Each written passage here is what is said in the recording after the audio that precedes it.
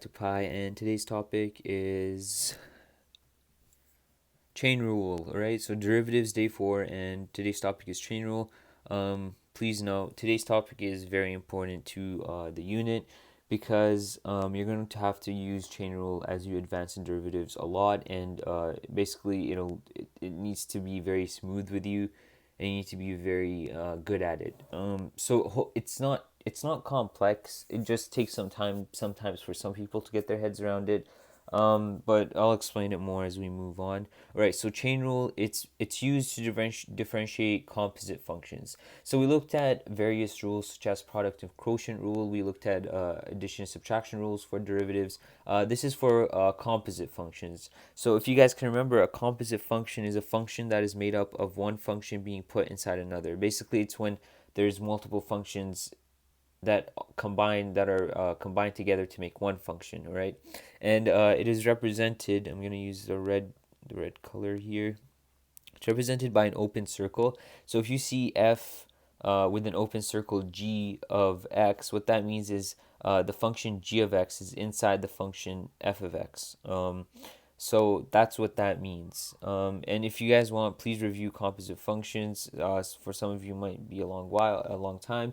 So if you review it, hopefully this will be much easier for you to understand. But basically, it's just how you to differentiate composite functions. And the composite function, if you guys remember, is just a function inside another function. So let's just move on from there. All right. So let me just start maybe to ease things off for you.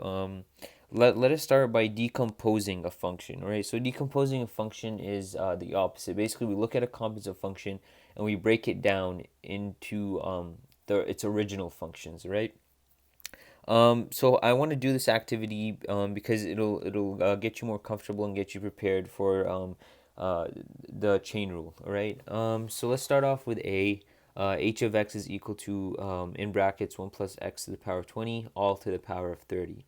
So let's break this down. The way we break down a composite function is we break down first the outermost function, and we start working our way in until we reach the innermost function, all right? So the outermost function in this case would actually be x to the power of 30, right? The reason it's x to the power of 30 because we see that everything in here is all to the power of 30. X to the power of 30 is the outermost function because I can plug these guys into x to the power of 30 and it'll get me the same composite function, right? So that's the reason why x to the power of 30 is the outermost function. If you think about it, that makes sense. The function being applied, it's called the outermost. Basically, the function being applied, I guess, to everything, if that helps, is to the power of 30, right? So now we know that this is our outermost. Let us put a comma. Now let's work our way in. What's the second outermost? That would actually be 1 plus x. Okay, we can write 1 plus x to the power of 20, but 1 plus x is a better example. And then again, x to the power of 20 is our innermost. So then basically the way it works is you can plug this into here, and then you can plug all of this into here, and then that's how you get that, right? That's kind of how to break down composite functions. Hopefully it's not too hard. It's pretty straightforward. But that's basically it. So again, in this example, just to review, x to the power of 30 is our outermost function. And again, this is just a function usually being applied to the whole thing. Outermost function, 1 plus x. That's kind of in the middle. And then x to the power of 20. That is our innermost. So if you guys want, check out maybe some practice problems online for composite functions. Just practice breaking them down. It can really help for the chain rule, and it's actually what I did as well to get me prepared for chain rule when I was taking calculus. And again, you can always check out my website in the description where I have more practice problems for breaking down composite functions to get you guys ready for chain rule. All right, so now that we've broken down this function, let's try to break down this function. This one's a bit more complicated. Usually a composite function is represented by h of x. That's just something else I want to mention. It doesn't have to be, but it's just something maybe you guys want to know. So anyway, let's work our way in. Let's work our way in together. The outermost function, all right. So right now, the outermost function is actually this sign right here, right? And the reason for this is because basically, remember, if you guys remember that the square root of something can be written as a fraction. So what we have going on here is we have this. This can be written another way as this: sine of 1 plus x squared all to the power of 1/2, right? So the thing is, this 1/2 is not. So remember how I said the outermost function is usually the one applied to the entire function, like it's kind of the first one. This 1/2 is not for the whole function, because if it was, it's usually placed in the middle, or this whole thing would be in brackets. And basically, this square root is only being applied to the 1 plus x squared. So this 1/2, let me just erase all of this. This 1/2 is just for this bracket, so it's not the outermost function, all right? So the outermost function in this case is actually the sine, all right?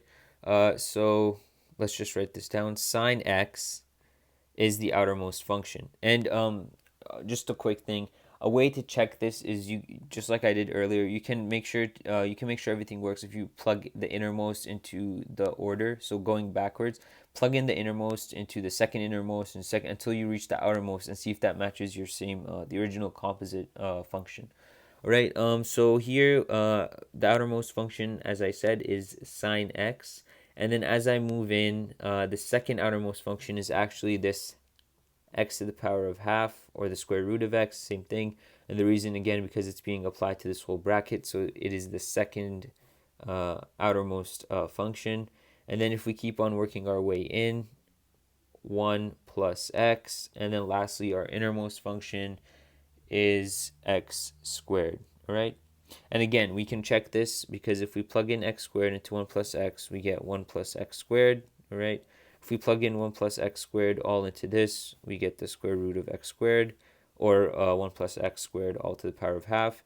Then if we plug that into sine x, if we plug that into that x, we get sine of this whole thing, and this matches our original function, right? So that's a way to check.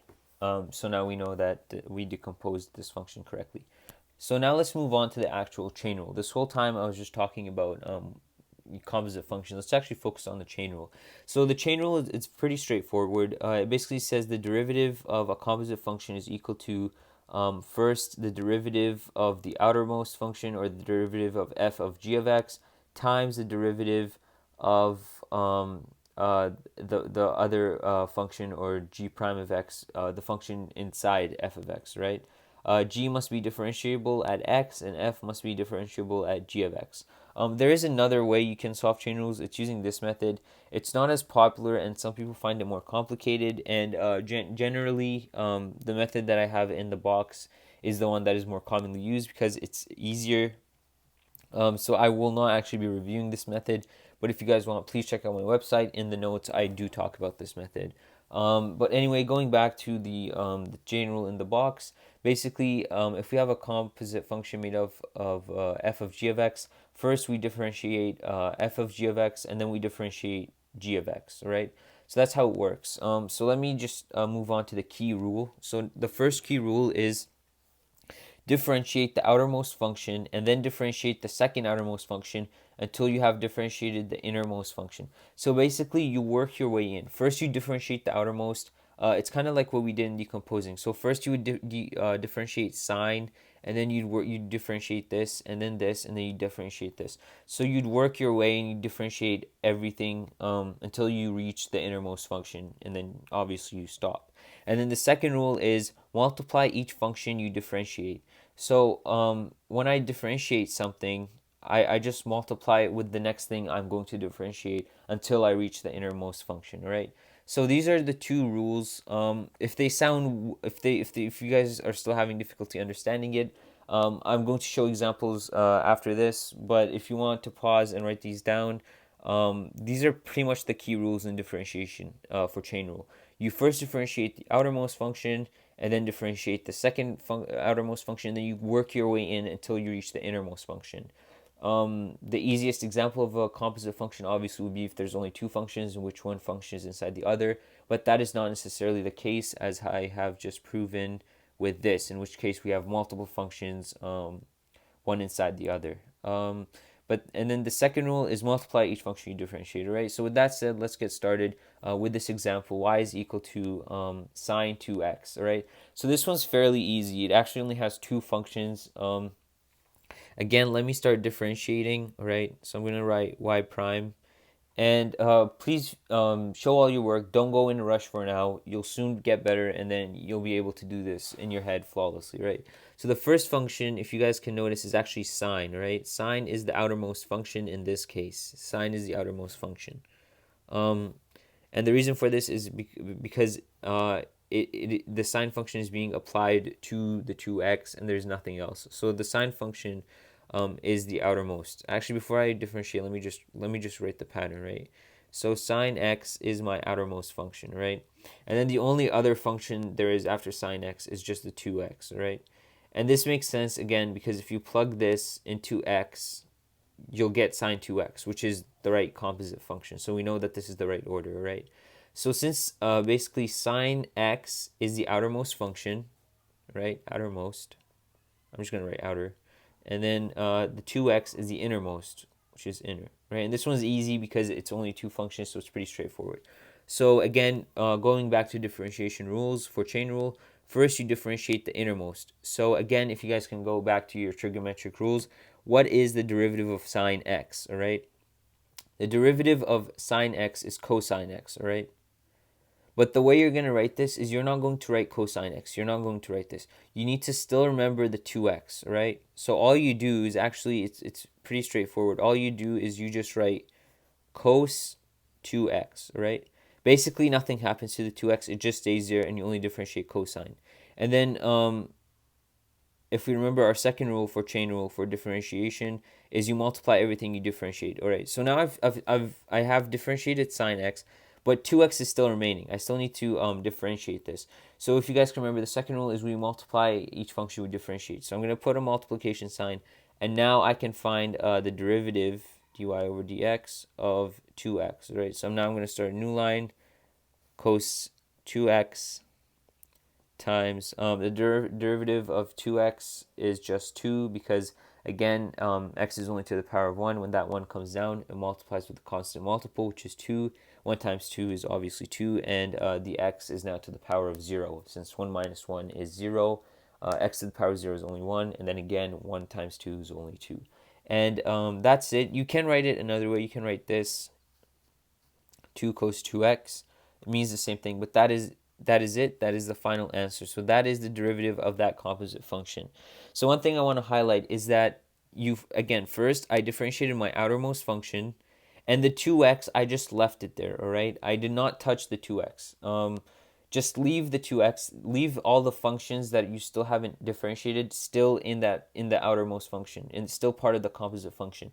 Only differentiate the outermost function, leave everything else, and then once you finish differentiating this one, multiply, differentiate the second outermost, and then continue, and then multiply that, and so on and so on and so on. All right. And I think I'm going to show this in the next example, but basically that's the key rule to composite functions, right? So now let's move on to B. All right. So B is a bit more complicated, but again, it should not be that hard. So let me just start off by putting out the outermost function. If you guys want, you can pause the video and also try to do this yourself. Anyway, let's move on. So my first outermost function is x to the power of 4. This to the power of 4 is for the entire function, and since it's being applied to the entire function, it is the outermost function. All right. So x to the power of 4 is the outermost function. And now let's move on to the second outermost function, in which case we have x squared minus 3x plus 5. So this whole thing is the second outermost function. So again, even this one is only comprised of two functions, but this function has I guess multiple differentiation rules going on. So again, this is still pretty straightforward, very easy. If you guys want, take your time to do it, and I'm going to do it now, right? So remembering my first rule for chain rules is differentiate the outermost first, leave everything else the same, right? X to the power of 4, right? This is a power function. So the 4 comes down, right? And then this, again, stays. It does not change. We still leave this. We still leave the other functions inside. And this is now to the power of 3. Because, again, go back to power functions. The exponent is subtracted by 1. 4 minus 1 is equal to 3. So this is it, but we're still not done. I'm going to put a multiplication sign. I'm so sorry I don't have room. I'm just going to write it here. We still need to find the derivative of the second function, which is x squared minus 3x plus 5, right? So we still need to find this. Let's write a new line. F of x is equal to 4x squared minus 3x plus 5 all cubed times, this will be, again, I'm just going to write it down very fast. And if you guys want to know how I did this, please check out my other videos, derivatives day 1, part 1, mainly, and then minus 3, and then plus 0, right? There's no room to write the plus 0, right? I'm just gonna write minus 3 then. Okay, and now all you do, you can leave it like this.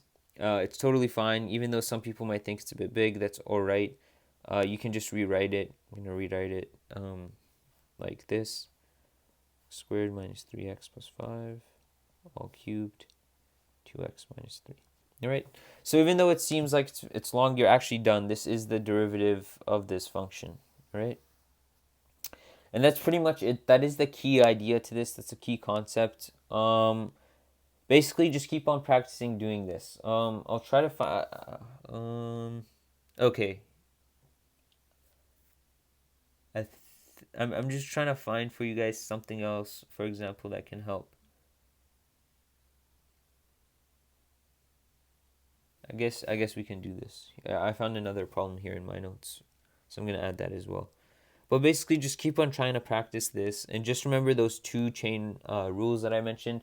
They're very important, and remember, obviously, the formula for chain rule.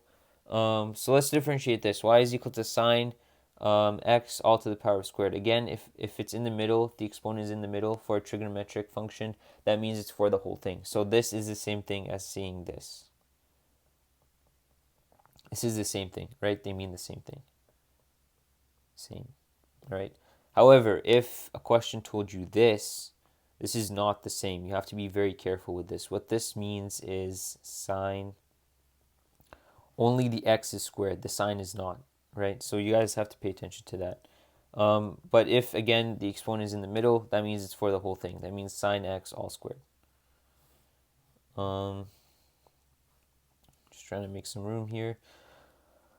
All right, so our outermost function is actually the all squared. It's x squared. Because remember, it's being applied to the entire function. Again, I told you that if it's in the middle, it means this. This x squared is being applied to this entire function. X squared is the outermost function. The innermost function is sine x, right? So again, it's very simple. Only two functions, one inside the other. So again, first, let me differentiate x squared, which is just 2 sine x, because again, I said you don't do anything to this. This stays where it is, right? So since x squared, and if you're wondering why I did not write x for this x squared, it's because this is x, right? Because again, this is inside this. So this sine x is actually the x for this. So that's why you don't need to write like another x for the x squared, because it's a composite function. This function represents the x for x squared. It's inside of it. So that's why we don't do that. And then again, we multiply when we're going to differentiate the other function. So the other function, which also happens to be the innermost, is sine x. And the derivative of that is just cosine x, right? And you guys can write this 2 sine x cosine x, right? So it's the same thing. And that is your final answer. That is it. That is the derivative for the function y is equal to sine squared x. So again, just please remember these two main rules. If you want, write them down in a notebook.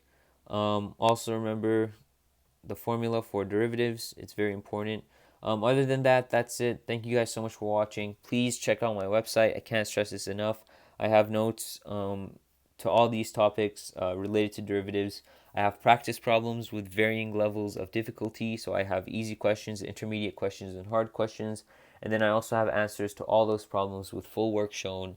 So please check out my website. Link is in the description. And if you have any questions, comments, or concerns, you can also email me at helpwithmath0@gmail.com. And that'll also be found in the description. Thank you guys so much for watching and have a great day.